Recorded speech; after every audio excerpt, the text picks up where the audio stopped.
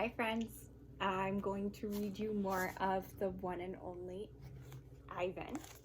So enjoy, we'll read more about him. Once upon a time. All night, Ruby moans and sniffles. I pace my domain. I don't want to fall asleep in case she needs something.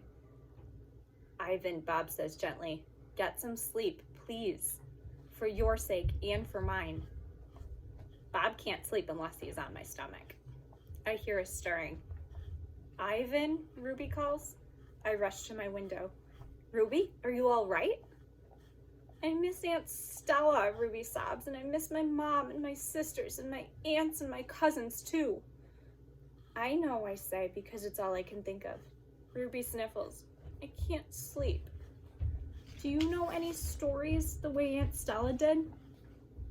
Not really, I admit. Stories were Stella's specialty. Tell me a story about when you were little, Ruby pleads. She puts her trunk between the bars. Please, Ivan. I scratch the back of my head. I don't remember things, Ruby, I admit. It's true, Bob says, trying to be helpful. Ivan has a terrible memory. He's the opposite of an elephant. Ruby lets out a long, shivery breath. Oh, well, that's okay.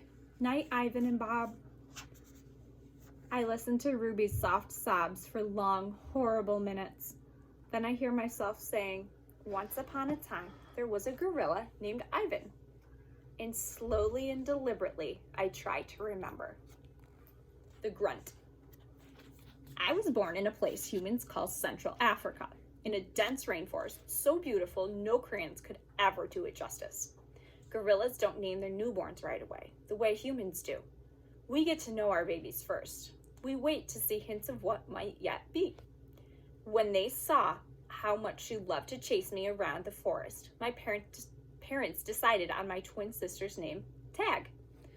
Oh, how I loved to play tag with my sister. She was nimble, but when I got too close, she would leap onto my unsuspecting father.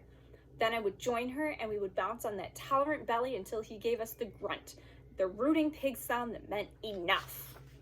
The game never got old, although my father might have disagreed. Mud. It didn't take long for my parents to find my name. All day long, every day, I made pictures. I drew on rocks and bark and my poor mother's back. I used the sap from leaves. I used the juice from fruit, but mostly I used mud. And that is what they called me, Mud. To a human, mud might not sound like much, but to me, it was everything. Protector. My family, which humans call a troop, was just like any other gorilla family. There were 10 of us. My father, the silverback, my mother, and 3 other adult females, a juvenile male called a blackback, and 2 other young gorillas. Tag and I were the babies of the group. We squabbled now and then, as families will, but my father knew how to keep us in line with a simple scowl. And for the most part, we were happy to do what we were meant to do, to feed and forage and nap and play. My father was a master at leading us to the ripest fruit for our morning feast and the finest branches for our night nests. He was everything a silverback is meant to be, a guide, a teacher, a protector. And nobody could chest beat like my father. A perfect life. Gorilla babies and elephant babies and human babies are not so different. Except that a gorilla gets to spend the day riding on his mother's back like a cowboy on a horse. It's a pretty great system from the baby's point of view. Slowly, carefully, a young gorilla begins to venture farther and farther away from the safety of his mother's arms. He learns the skills he will need as an adult. How to make nests of branches, weave them tightly or they will fall apart in the middle of the night. How to beat your chest, cup your palms to amplify the sound. How to go vining from tree to tree, don't let go. How to be kind, be strong, be loyal. Growing up gorilla is just like any other kind of growing up. You make mistakes, you play, you learn, you do it all over again. It was, for a while, a perfect life. The end. One day, a still day, when the hot air hummed, the humans came. Vine. After they captured my sister and me, they put us in a cramped, dark crate that smelled of urine and fear. Somehow, I knew that in order to live, I had to let my old life die. But my sister could not let go of our home. It held her like a vine, stretching across the miles, comforting, strangling. We were still in our crate when she looked at me without seeing, and I knew that the vine had finally snapped. The temporary human. It was Mac who pried open that crate, Mac who bought me, and Mac who raised me like a human baby. I wore diapers, I drank from a bottle, I slept in human beds, sat in human chairs, listened while human words swarmed around me like angry bees. Mac had a wife back then. Helen was quick to laugh, but quick to anger too, especially when I broke something, which was often. Here's what I broke while I lived with Mac and Helen. 1 crib, 46 glasses, 7 lamps, 1 couch, 3 shower curtains, 3 shower curtain rods, 1 blender, 1 TV, 1 radio, and 3 toes, my own. I broke the blender when I squeezed 3 tubes of toothpaste and a bottle of glue into it. I broke my toes attempting to swing from a lamp fixture on the ceiling. I broke 46 glasses. Well, it turns out there are many ways to break a glass. Every weekend, Mac and Helen took me in their convertible to a fast food restaurant where they ordered me French fries and a strawberry shake. Mac loved to see the expression on the cashier's face when he drove up. Could I have some extra ketchup for my kid? I went to baseball games, to the grocery store, to a movie theater, even to the circus. They didn't have a gorilla. I rode a little motorbike and blew out candles on a birthday cake. My life as a human was a glamorous one, although my parents, traditional sorts, would not have approved. And here's a picture of Ivan when he was a baby. Can you guys see? Hunger. In my new life as a human, I was well tended. I ate lettuce leaves with Thousand Island dressing and caramel apples and popcorn with butter.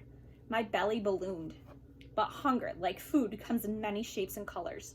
At night, lying alone in my poo pajamas, I felt hungry for that skilled touch of a grooming friend, for the cheerful grunts of a play fight, for the easy safety of my nearby troop forging through the shadows. Remember what happened to Tag, I told myself. Don't think about the jungle. Still, sometimes I lay awake wishing for the warmth of another just like me, sleeping in a night nest of tender prayer plant leaves. I liked having sips of soda poured into my mouth, like a bubbling waterfall.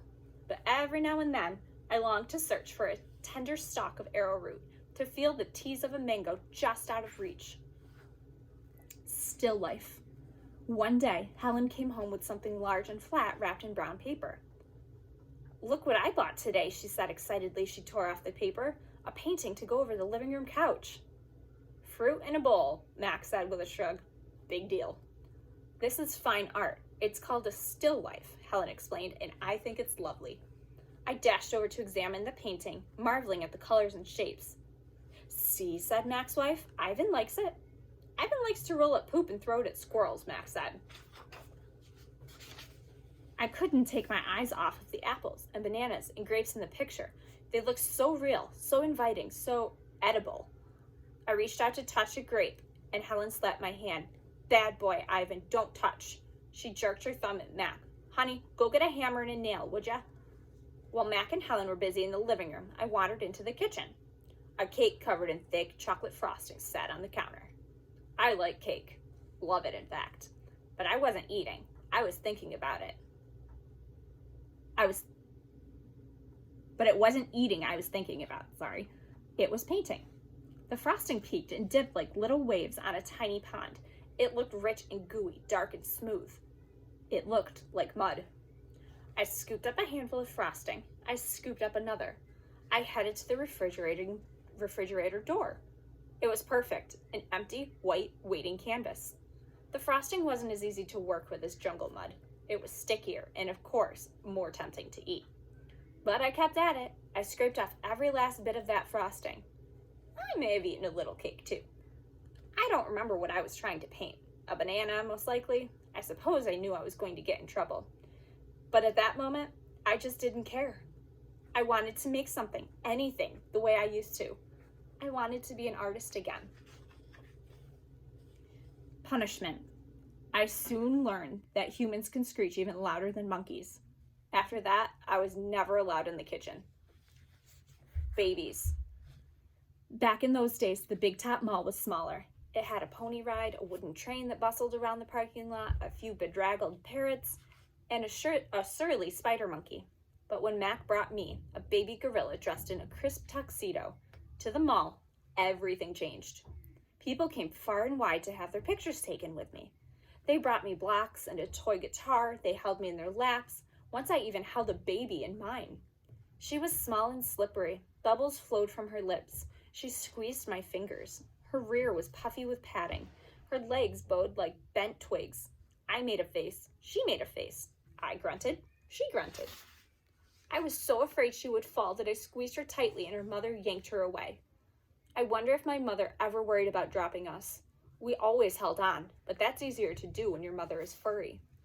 Human babies are an ugly lot, but their eyes are like our babies' eyes. Too big for their faces and for the world. And that's all I'll read today. We'll read more tomorrow. Have a great night, guys, and I will see you guys tomorrow. Bye.